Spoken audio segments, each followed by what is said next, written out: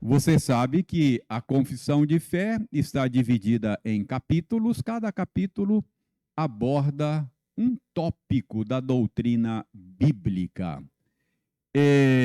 Nós praticamente terminamos o capítulo 9 na última quinta-feira. Qual é o tópico do qual trata o capítulo 9? Qual é o assunto? O livre-arbítrio, não é? Esse é o assunto do qual o capítulo 9 trata. A pergunta clássica é aquela: o homem tem livre-arbítrio? O homem como nós conhecemos hoje, o homem decaído, ele tem livre-arbítrio? Então, essa é a pergunta clássica. O que nós aprendemos na quinta-feira passada? Na quinta-feira passada, nós aprendemos que a resposta a essa pergunta depende, não é? Depende do que você quer dizer por livre-arbítrio. Se você quer dizer por livre-arbítrio a liberdade de fazer escolhas, então o homem tem livre-arbítrio, não é? Agora, se por livre-arbítrio você quer dizer a habilidade de fazer escolhas santas e piedosas, ele não tem livre-arbítrio. Então, depende do que você quer dizer com livre-arbítrio, não é? Se você está querendo dizer livre-arbítrio é a liberdade de fazer escolhas, então ele tem. Se você disser livre-arbítrio é a habilidade de escolher santamente, piedosamente, aí ele não tem. Por si só, ele nunca escolhe Deus, não é? Ele sempre escolhe livremente, mas vai escolher sempre contra Deus. Por quê? Porque o pecado o deixou indisposto contra Deus. O pendor da carne é inimizade contra Deus. Ninguém escolhe aquele do qual é inimigo, não é? Então, a menos que Deus opere poderosamente, graciosamente, dando a esse ser humano a habilidade de escolher de maneira santa e piedosa, ok? Então, para resumir o que nós vimos na semana passada, assim, muito rapidamente, nós vimos o ser humano é um ser volitivo. Nós vimos a sua vontade é naturalmente livre. Ele sempre faz escolhas reais. Essa liberdade não está comprometida nem pela queda e nem pela operação da graça soberana. O homem decaído e escravo do pecado, ele escolhe sempre contra Deus, mas é uma escolha livre porque ele é um escravo voluntário, não é? Ele é um escravo voluntário. E o salvo, o redimido, o nascido de novo, ele ama a Cristo, ele deseja a Cristo livremente também, não é? Ele continua sendo um ser livre, fazendo escolhas reais. Ele é servo de Cristo, mas é um servo, é um escravo voluntário, não é? Ele tem prazer em servir a Cristo, ok? Agora, só para a gente, assim, como na semana passada, o último parágrafo desse capítulo, nós passamos muito rapidamente, então eu quero só relembrar que é o parágrafo 5º. O capítulo 9 tem 5 parágrafos. E no parágrafo 5º é dito que no estado de glória, a vontade do homem se torna perfeita e imutavelmente livre para o bem só. Adão tinha habilidade para escolher o bem, mas poderia ter a vontade mudada e escolher o mal. Tanto é que fez assim. Os seres humanos descendentes de Adão só têm habilidade para escolher o mal. Os descendentes de Adão, nascidos de novo, recebem pelo novo nascimento a habilidade para escolher o bem, mas ainda podem ser seduzidos pelo mal. Isso é você, crente. Isso é você, nascido de novo. Você agora pode fazer escolhas santas, piedosas, porque Deus mudou o seu paladar. Mas, tristemente, você ainda cede à sedução do pecado e faz escolhas pecaminosas, não é? Sofre por isso. Escolhe para depois se arrepender e chorar na cama, não é?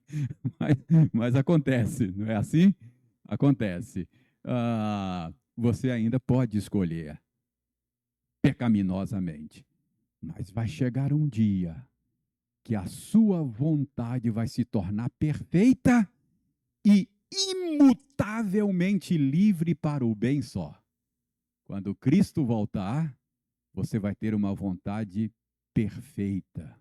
Vai sempre escolher o que é santo e piedoso. E, diferentemente de Adão, a sua vontade não é mais mutável.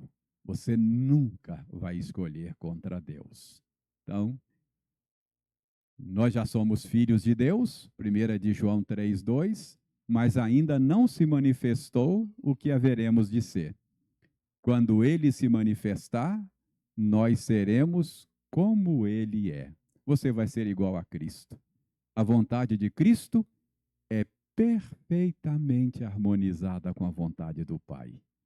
Então, você será como Cristo, terá uma vontade perfeitamente harmonizada com a do Pai. Terminamos o capítulo 9. Depois do 9 vem o quê? 10, não é? Depois do capítulo 9 vem o capítulo 10. Qual é o assunto do capítulo 10? Da vocação eficaz. Vocação é o chamado, não é? Vocação eficaz, o chamado eficaz. Esse é o assunto do capítulo 10. Então vamos começar a ver como é que a nossa confissão de fé articula esse tema da vocação eficaz. O primeiro parágrafo é um parágrafo longo. Ele não coube aí nessa tela. Então nós vamos analisando pedacinho por pedacinho, tá bom? Até analisar todo o primeiro parágrafo. Você vai perceber que no finalzinho ali, depois de graça e salvação, tem reticências para indicar que é só um pedacinho do primeiro parágrafo. Então vamos ler esse pedacinho aí, ó. Todos aqueles que Deus predestinou para a vida, e só esses, é ele servido no tempo por ele determinado e aceito, chamar eficazmente pela sua palavra e pelo seu espírito, tirando-os por Jesus Cristo daquele estado de pecado e morte em que estão por natureza, transpondo-os para a graça e salvação. Então, os nossos irmãos que escreveram a confissão de fé está dizendo aí que aqueles aos quais Deus predestinou para a vida, e somente esses são chamados desse jeito. Deus os chama no tempo por Deus determinado. Deus os chama eficazmente pela sua palavra e pelo seu Espírito. Então, a nossa confissão de fé articula o ensino da Bíblia, dizendo que Deus se incumbe de chamar eficazmente aqueles aos quais ele predestinou antes da fundação do mundo. Para você entender esse chamado eficaz, você precisa entender que existe um outro tipo de chamado. Aqui está dizendo que Deus chama eficazmente somente aqueles aos quais ele predestinou, aos quais ele elegeu. Mas há um tipo de chamado que é destinado a todos os seres humanos. Há um sentido em que todos os seres humanos ouvem a voz de Deus, ouve o chamado de Deus para adorá-lo.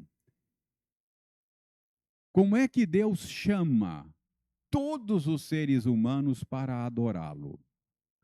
Por meio das obras da criação, por meio das coisas que ele criou.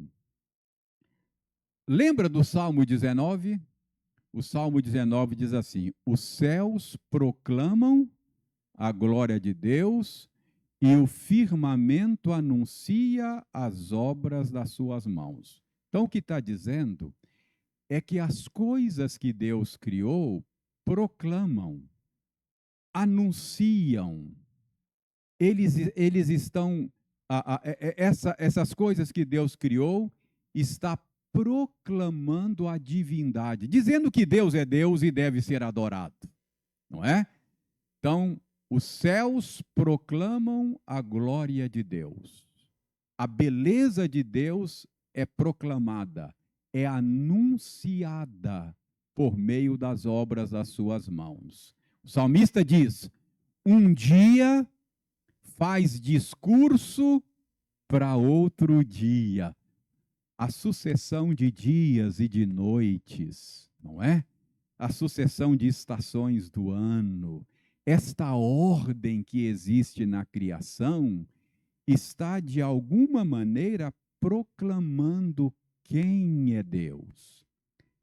É uma proclamação não verbal, porque o salmista diz: não há palavras e deles não se ouve nenhum som. É uma proclamação não verbal. Mas, diz o salmista, por toda a terra se faz ouvir a sua voz. O sol, como noivo que sai dos seus aposentos, nasce, percorre, não é? Toda a terra e se põe. Não há quem não veja o sol, não é? Não há quem não perceba essas coisas.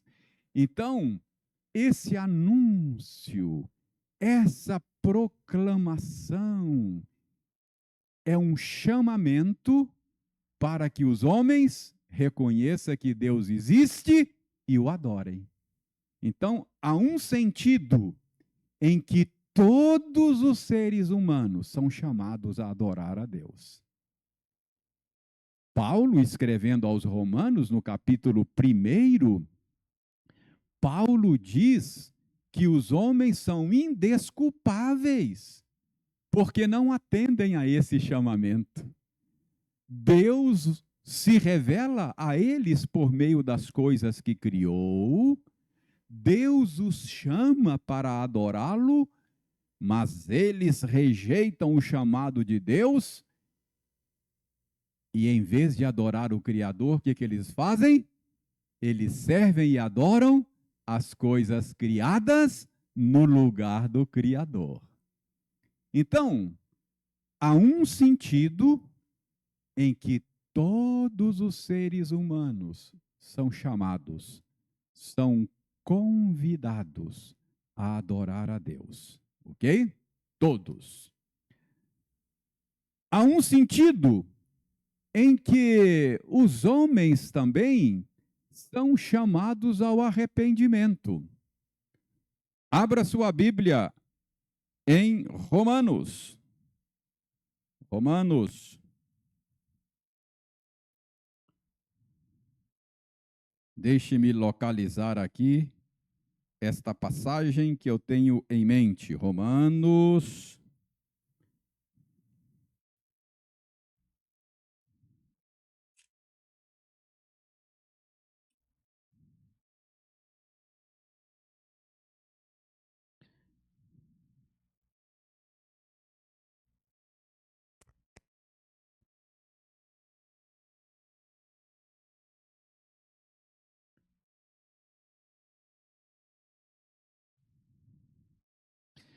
Romanos capítulo 2.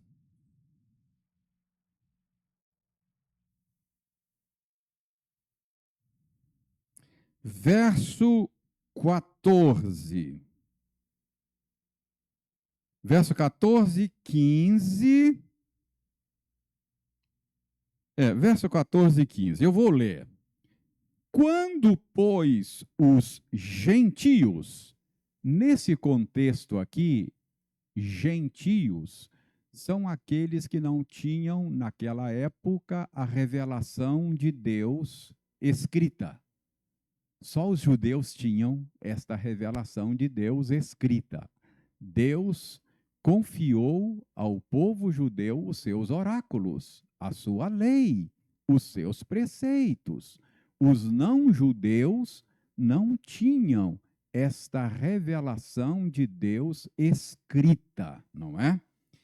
Então, mas acontece que muitos destes que não tinham esta revelação escrita acabavam obedecendo, de alguma maneira, esses preceitos. Olha, quando, pois, os gentios que não têm lei procedem por natureza de conformidade com a lei, não tendo lei, servem eles de lei para si mesmos.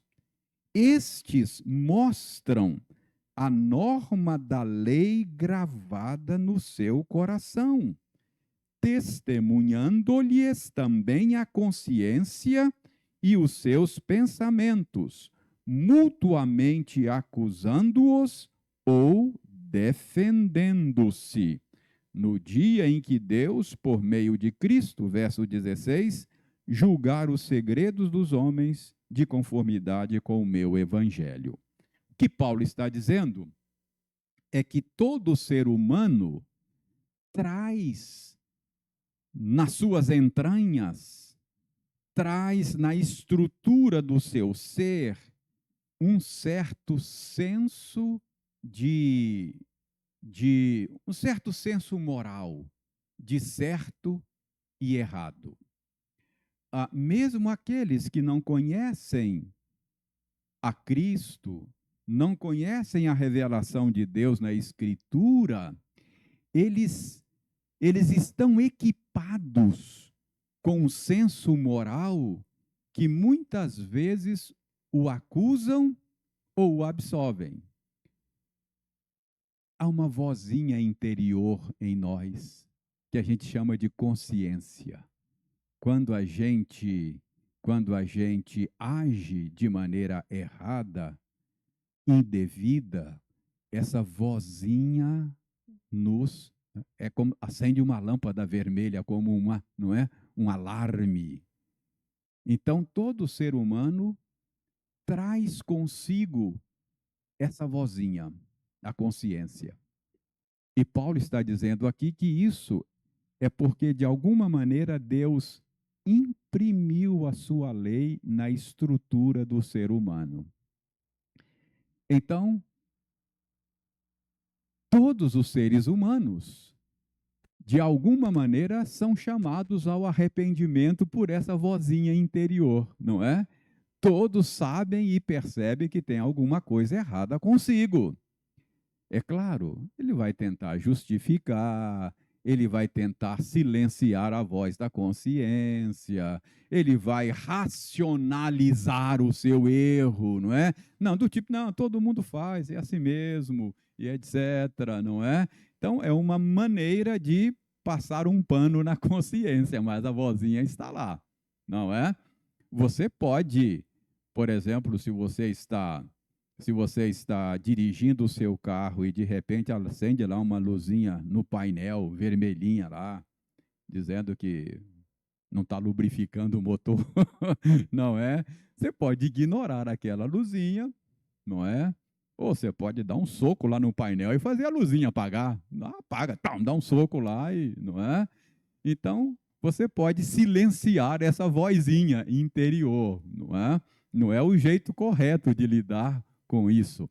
Mas o fato é que é um tipo de chamado ao arrependimento. Então, há uma maneira, há um chamado que é feito a todos indistintamente. Todos os seres humanos são chamados pela criação para adorar a Deus, todos são chamados pela consciência ao arrependimento, e ainda existem muitos que são chamados externamente pela palavra de Deus, pela leitura da Bíblia e pela pregação da Bíblia. Então, há um sentido que são chamados externamente.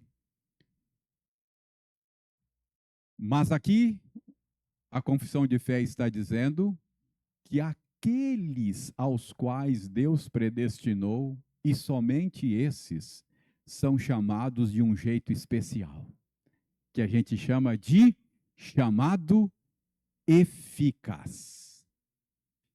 Então, imagine, tem 100 pessoas num auditório como esse, e alguém explica o evangelho, alguém mostra a verdade do evangelho e convida essas pessoas a se renderem a Cristo em arrependimento e fé.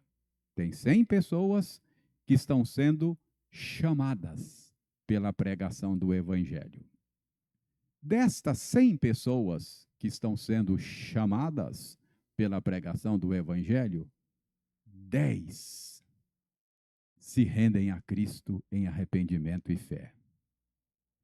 90 não se rendem a Cristo em arrependimento e fé. O chamado entra aqui e sai aqui, não é? O que aconteceu aqui? A nossa tradição diz que aqueles 10 foram chamados de maneira eficaz. Aqueles 10 foram chamados de uma maneira que os outros não foram. Então, isso é chamado eficaz. Todos aqueles que Deus predestinou para a vida, e só esses,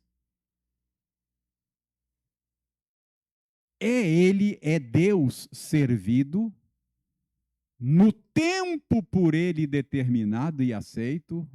Deus é que decide quando ele vai chamar, dessa maneira eficaz, não é? E como é que Deus chama? Por meio da sua palavra e por meio do seu, é a junção da palavra e do Espírito. No exemplo que eu dei das 100 pessoas ouvindo a explicação do Evangelho, todos foram chamados pela palavra, não foram? Todos ouviram a palavra, todos foram chamados pela palavra. Mas aqueles 10, o Espírito Santo, de uma maneira misteriosa e eficaz, trabalhou no coração deles para que aquela palavra na vida deles fosse viva e eficaz. Então, o Espírito Santo trabalhou naqueles 10 de uma maneira que ele não quis trabalhar nos 90. Entende o que é chamado eficaz? Então, aqueles 10 ouviram a palavra, mas o Espírito Santo tornou aquela palavra eficaz no coração. Talvez nem tenha sido a primeira vez que a pessoa ouviu a palavra. Talvez tenha ouvido trocentas vezes. Mas no tempo servido por ele determinado, no tempo que Deus quer, naquele dia Deus decidiu operar naquele coração de uma maneira eficaz. Entendeu o que é o chamado eficaz? E a Bíblia ensina isso? Ensina. Romanos 8,30. Oi.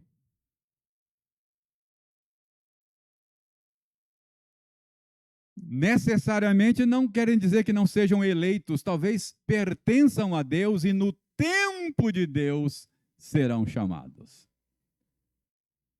Não, é verdade, é verdade. É pregar a tempo e fora de tempo o Evangelho Salvador. Nós não sabemos quais que que eu tenho que pregar, chamar a todos e pedir ao Senhor. Eu sei que esse povo que está aqui não vai entender nada do que eu estou dizendo de maneira espiritual. Esse discernimento eles não podem ter. É como acender uma lâmpada na presença de pessoas cegas. Mas eu peço ao Senhor que o Senhor queira tornar eficaz essa minha palavra. O que salva o ouvinte não é a capacidade de argumentação do pregador, não é a habilidade do pregador, é a obra misteriosa do Espírito Santo. Não é? Então é exatamente isso. Então, Romanos 8,30. Alguém leia para nós em alto e bom som? Vamos ver se isso, Osório, desculpe. Vamos ver se isso que está na confissão de fé foi tirado da Bíblia, não é? Vamos ver se há harmonia entre a confissão de fé e a Bíblia. Osório, pode ler, Osório, obrigado.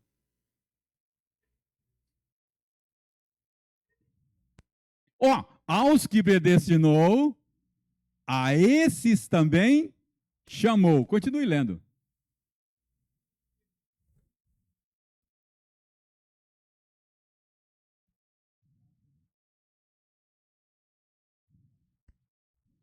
Olha, Osório, que o sujeito de todos esses verbos é Deus. Quem predestinou? Deus. Quem chamou? Deus. Quem justificou? Deus. Então, a nossa salvação em cada etapa é uma obra de Deus mesmo. Então, Deus não apenas escolheu você antes da fundação do mundo, mas ele enviou o seu filho para pagar o seu pecado e você fosse justificado. Então, Jesus pagou no seu lugar. Mas esse Deus que escolheu e que pagou, também chamou você. No tempo determinado por ele. Ele abriu os seus olhos. Ele mudou o seu paladar. Ele atraiu você a Cristo. E você, de repente, viu Cristo como algo desejável, amado da sua alma, e você foi a Cristo em arrependimento e fé. Esse mesmo Deus vai preservar e guardar você até o final da sua jornada. Aquele que começou a boa obra vai completá-la. E, no final, você, se já tiver morrido quando Cristo voltar, ressuscitará em glória e a sua salvação estará finalmente concluída e completada. Então, do início ao fim, a sua salvação é realizada por Deus mesmo. Atos 16, 14.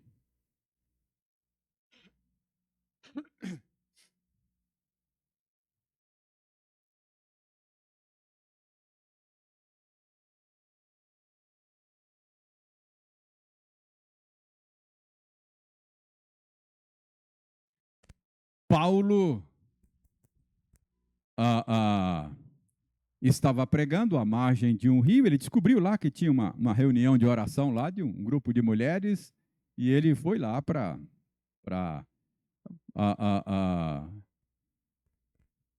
mostrar a elas que Jesus era o Messias. Então havia lá um grupo de mulheres. O texto diz que dentre aquelas mulheres havia uma chamada Lídia, vendedora de púrpura, natural de Tiatira. E essa mulher foi a Cristo nesse dia em arrependimento e fé. Paulo hospedou-se na sua casa e tudo.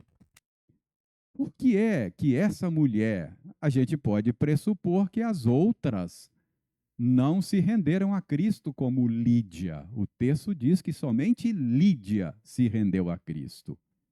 O que aconteceu com essa mulher? O texto diz. O que diz aí, Carlos Sus?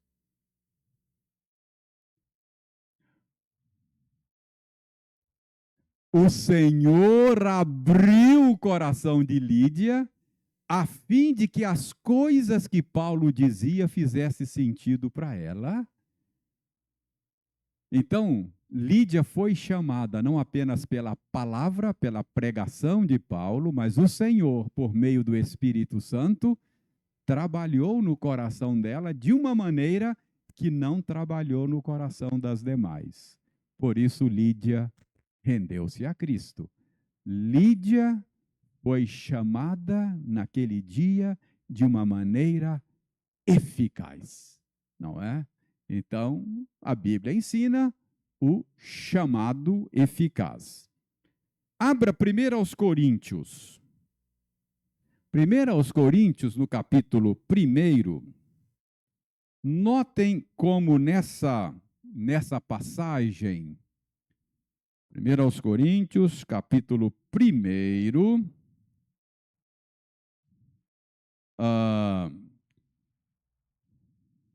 deixe-me localizar aqui o texto. 1 aos Coríntios, capítulo 1, verso 18. Note no verso 18, diz o seguinte: certamente a palavra da cruz, isto é, o evangelho do Cristo crucificado, é loucura para os que se perdem. O homem natural não aceita as coisas do Espírito de Deus porque eles são loucura. Então, quando a gente prega o evangelho para o homem decaído, ele recebe essas coisas como loucura. Ele as rejeita. Ele é indisposto contra estas coisas. É loucura para os que se perdem. Mas, para nós que somos salvos, poder de Deus. Então, a pregação do evangelho para os que são salvos é poder de Deus. Mas o que eu quero mostrar a vocês? Olha o verso 23, que Paulo fala mais ou menos a mesma coisa que ele falou no 18, de uma maneira ligeiramente diferente. Verso 23. Mas nós pregamos a Cristo crucificado, isto é, a palavra da cruz lá em cima, e o Cristo crucificado no 23. É a mesma coisa. Nós pregamos a Cristo crucificado, escândalo para os judeus e loucura para os gentios. Então, para os judeus e para os gentios que se perdem, a palavra da cruz é loucura, é escândalo. Mas, verso 24, para os que foram chamados, tanto judeus como gregos, pregamos a Cristo, poder de Deus. No verso 18, ele fala que para os que são salvos é poder de Deus. No verso 24 e 25, ele usa um termo diferente. Ele não fala para os que são salvos, para os que são chamados. O que eu quero que você perceba aí? Que ser salvo e ser chamado são expressões sinônimas.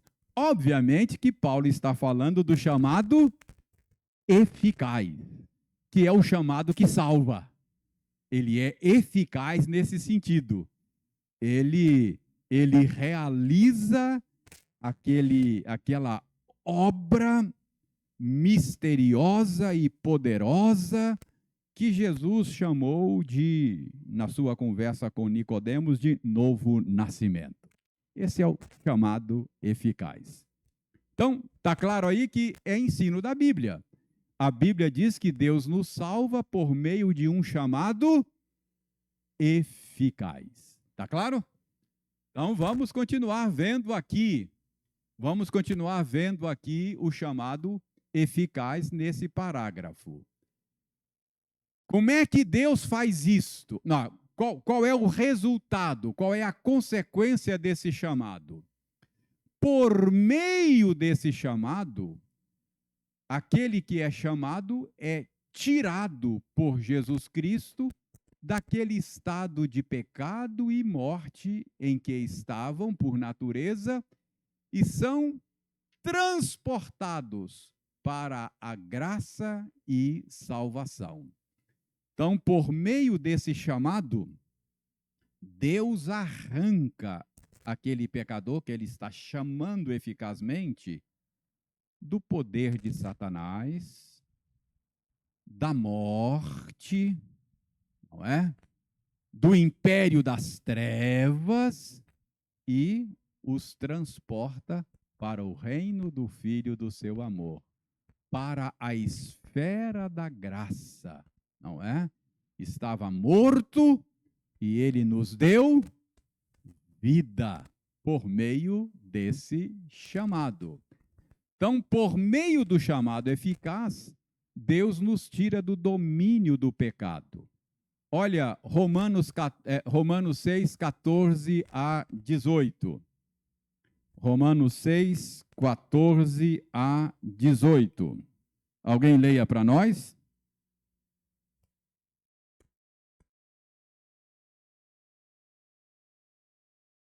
Romanos 6, 14 a 18. Preste atenção, Osório. Antigamente, nós éramos escravos do pecado. Ele nos dominava. É claro, eu disse que era uma escravidão voluntária, mas escravidão, ele nos dominava. Agora não domina mais. Nós fomos arrancados do poder dele, não é? Agora nós podemos até pecar, mas por sedução. Ele nos seduz. Podemos não pecar, porque o Espírito de Deus habita em nós. Podemos não pecar. Às vezes pecamos por causa da sedução, mas não somos mais dominados. Não estamos mais debaixo do poder dele. Continue lendo.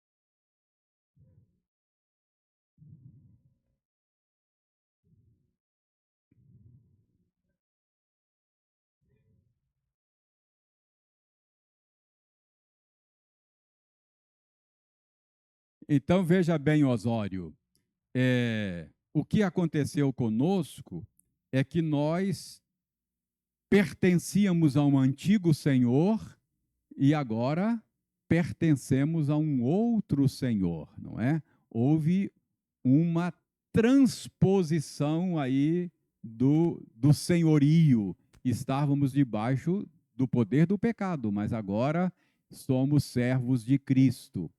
Efésios 2, de 1 a 2, diz que nós estávamos mortos nos nossos delitos e pecados, e ele nos deu vida. Então, o chamado eficaz nos arranca daquela situação de morte espiritual. Éramos insensíveis à voz de Deus, éramos antagônicos à lei de Deus, indispostos em relação a Deus. A metáfora que eu tenho usado muito aqui é a metáfora do paladar, não é? Deus mudou o nosso paladar. Então, nos tirou da morte para a vida. E nos tirou do poder de Satanás, Colossenses 1, 13 a 14, para o reino do Filho do seu amor. Então, qual é o resultado desse chamado eficaz? O resultado é que você estava morto, agora você está vivo. Você era cego, agora você enxerga. Você detestava a lei de Deus, agora você aprecia a lei de Deus. Não é? Cristo não era precioso para você, agora é precioso para você. Então, houve uma mudança radical. Esse chamado muda a pessoa de maneira radical. A pergunta é: como é que Deus faz essa mudança? O parágrafo continua dizendo: isto ele, Deus, o faz como?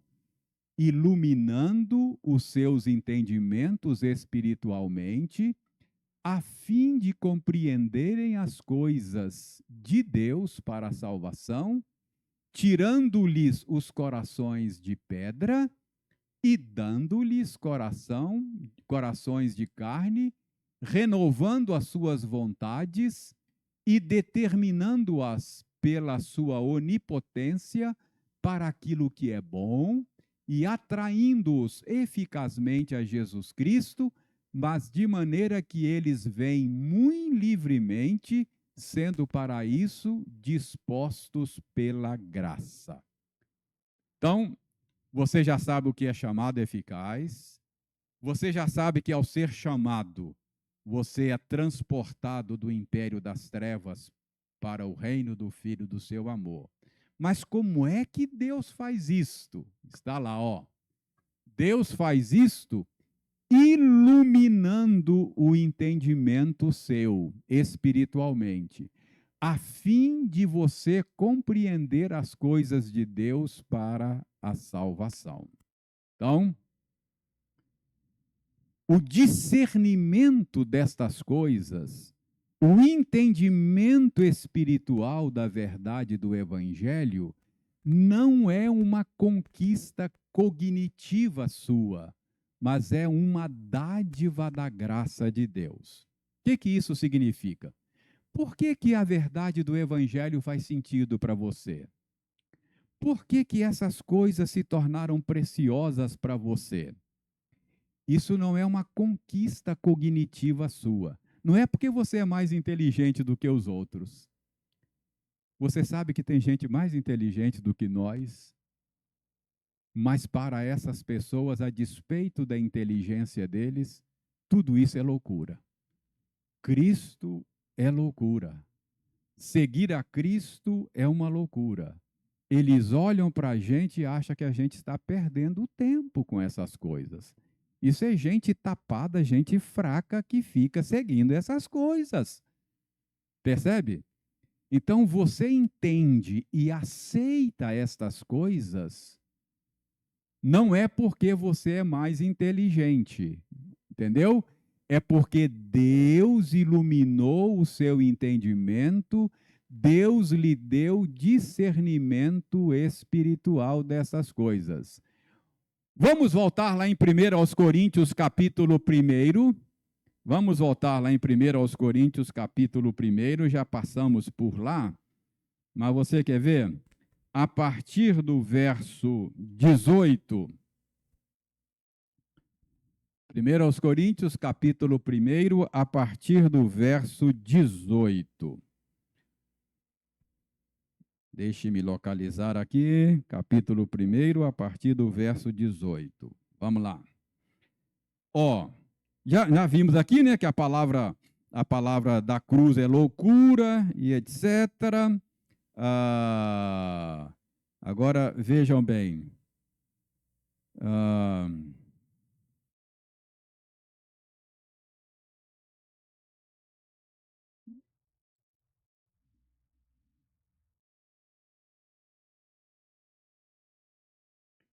Capítulo 2, acho que capítulo 2 vai ser melhor para a gente ver. Capítulo 2, a partir do verso 1.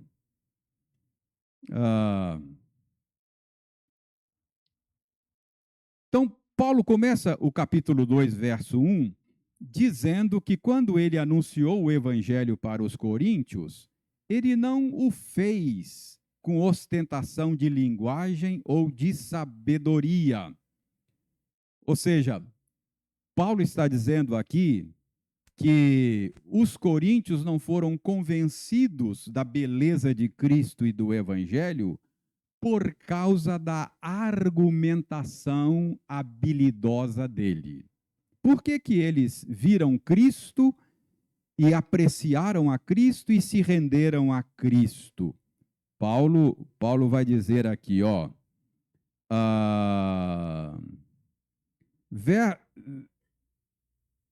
verso 6. Entretanto, expomos sabedoria entre os experimentados, não porém a sabedoria deste século, nem a dos poderosos desta época que se reduzem a nada. Mas falamos a sabedoria de Deus em mistério, outrora oculta, a qual Deus preordenou desde a eternidade para a sua glória. Sabedoria essa que nenhum dos poderosos desse século conheceu, porque se tivessem conhecido, jamais teriam crucificado o Senhor da glória. Então, o tipo de sabedoria que alcançou os coríntios e que fez com que eles se rendessem a Cristo, não é a sabedoria deste mundo. Eles não se renderam a Cristo por serem mais inteligentes. Esse é um tipo de sabedoria que não é humana, porque os poderosos deste século, quando Cristo esteve aqui, em vez de ver em Cristo o Rei da Glória, eles viram em Cristo um impostor e mataram o Rei da Glória. Então, a sabedoria deles não foi suficiente para que eles tivessem o discernimento correto a respeito de quem é Cristo. Então, preste bem atenção. Aí Paulo continua, não é? Nem olhos viram, nem ouvidos ouviram, nem jamais penetrou. Estou lendo o verso 9. Penetrou o coração humano o que Deus tem preparado para aqueles que o amam. Ou seja, estas coisas não são percebidas por causa da nossa habilidade cognitiva. Não é o fato de você ser inteligente que fez com que você aceitasse estas coisas do Evangelho. Por que você aceitou? Estas coisas que os poderosos desses séculos não puderam conhecer pela sua inteligência natural, verso 10, Deus nolo revelou pelo... Por que você entende essas coisas e aceita essas coisas? Por revelação de Deus. Não é uma conquista cognitiva, é uma dádiva. É por revelação de Deus, porque o Espírito a todas as coisas perscruta, até mesmo as profundezas de Deus. Porque qual dos homens sabe as coisas dos homens, senão o seu próprio Espírito que nele está?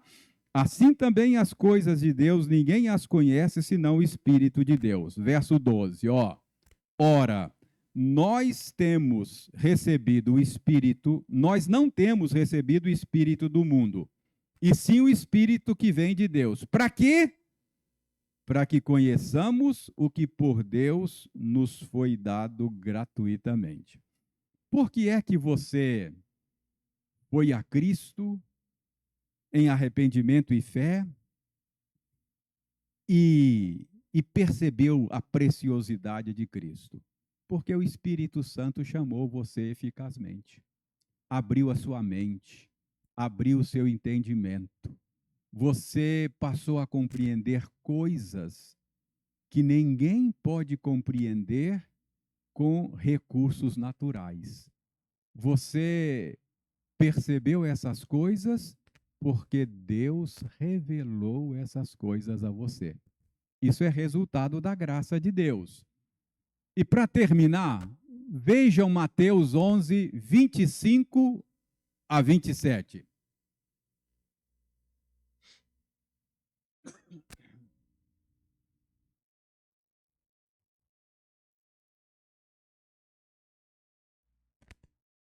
É isso mesmo, isso mesmo.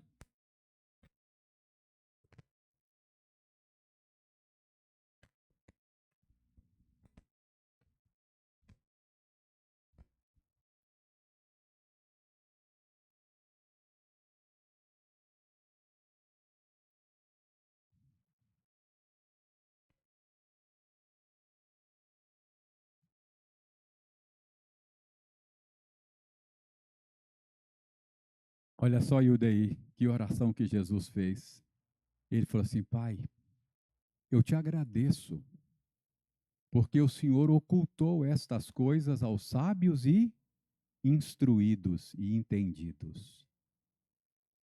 A instrução deles, o entendimento deles natural, não é capaz de entender essas coisas. Mas estas coisas que os sábios e entendidos não conseguem alcançar, o Senhor revelou aos pequeninos. Gente que não é inteligente igual eu e você e o DI entende essas coisas. Olha. Porque assim foi. Ninguém conhece o Pai senão o Filho. Ninguém conhece o Filho senão o Pai. E aquele a quem o Filho o quiser revelar. Por que você conhece a Cristo? Por que você anda com Deus? Por revelação de Deus. Isso é revelação, não é porque você é inteligente, estudado, culto, PhD. Não. Deus ocultou essas coisas dos sábios e entendidos e revelou aos pequeninos. Agradeça a Deus todos os dias essa revelação. Fala, Deus, obrigado porque o Senhor abriu os meus olhos. Não é isso que Paulo diz? Que o Deus deste século, o que o Deus desse século faz? Cega o entendimento das pessoas e as mantém cativa pela cegueira. Eu fui cativo de Satanás, porque ele cegou meu entendimento. Eu achava que sabia das coisas, sabia coisa nenhuma. Mas um dia Deus, por sua graça, por meio do Espírito Santo, me fez entender coisas que eu não entendia. Estava a um palmo do meu nariz e eu não via. Ele abriu os meus olhos e eu fui a Cristo. Isso é chamado eficaz.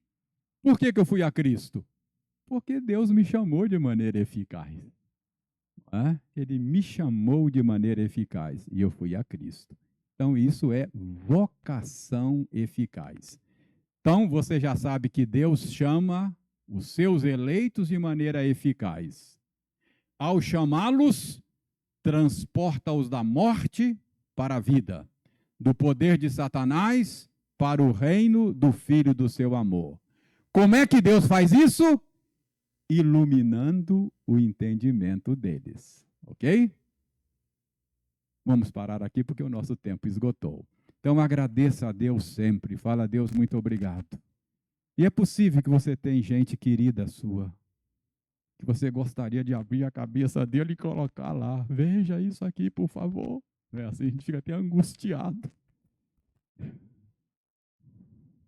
Ore a Deus. Fala a Deus. Assim como você fez comigo, faça com meu filho, com a minha filha, com meu tio, com meu ente querido. Abra os olhos deles. Se o Senhor não abrir, eles não vão enxergar essas coisas, porque essas coisas se discernem espiritualmente.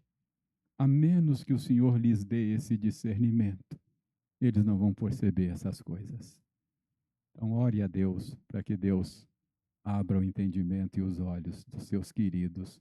Não é? Eu tenho gente querida minha que eu gostaria tanto que Deus fizesse isso, eu oro a Ele incessantemente, porque eu sei que só Deus pode fazer isso. Eu não posso fazer, o meu ente querido não pode fazer por ele.